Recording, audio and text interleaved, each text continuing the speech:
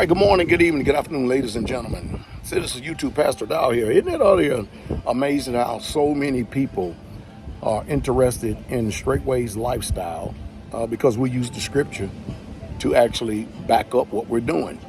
And of course, one of the things that people always say, well, y'all taking them people's money, it's extortion. First of all, number one, I think that people are using selective hearing. When Straightway was created, nobody gave me the money to buy that land. And also, how many people? Probably 90 to 95% of the people that ever come to a community don't have nothing to give but themselves anyway. Is that true, babe? That is correct. That is correct. And you got all these people out here that seems to be interested in trying to put a finger on us when, again, the majority of people that actually live on a community is not giving anything. Now, they do give of themselves in labor, they give of themselves in love, they give of themselves because they're part of the family on the community. That's what they are.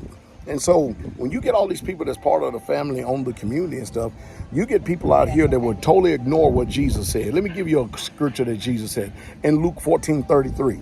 Unless a man forsake all that he has, he cannot be my disciple. Now tell them to take issue with that. What does that forsaken mean? I'm going to tell you what it is. It's what these selfish people today will not do. See, to forsake all, it's obvious that even when we're in captivity, when you read Jeremiah 29, when you look at Israel in our history, when we were in captivity, we were together. You look at us now, we're scattered all over the United States of America. I'm down here in the Caribbean right now. I'm down here in Dominican right now.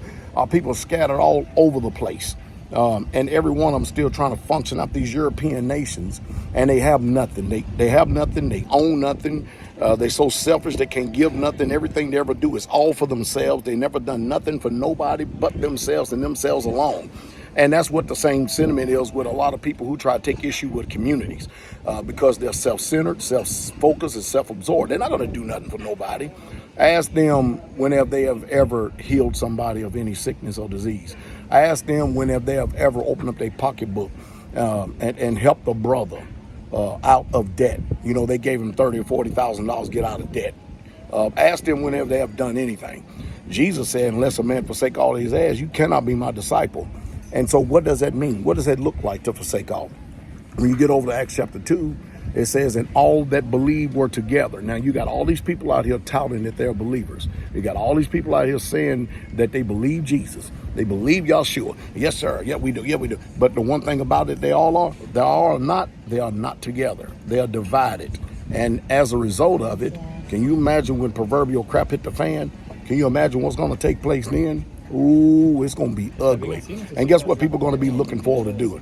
They're going to be trying to look forward to try to come to the communities. They're going to be looking forward to listening to a man like in these last days, preaching like Noah, warning.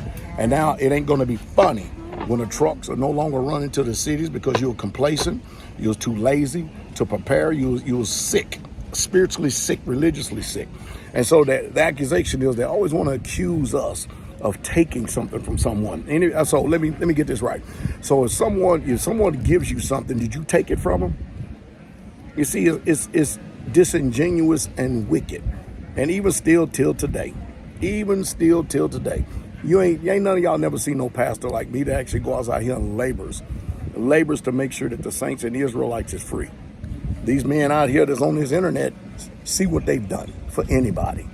And then, of course, the latest craze is everybody go run to the disgruntled people, the people who have an issue, the people who could not cut the mustard. You know, anybody ever played sports before and ever get cut? Wasn't you disgruntled? Didn't you have 1,000 reasons why you should have been on the team? And so all of a sudden these are viable witnesses. Really? Well, I guess they got a testimony. Our testimony is about overcoming. But they have a story to tell. Then guess what? Ain't there two sides to every story? And before you receive an accusation against an elder or against anyone, shouldn't you have two or more witnesses, not one witness, but two witnesses? And if these two witnesses, shouldn't they be there?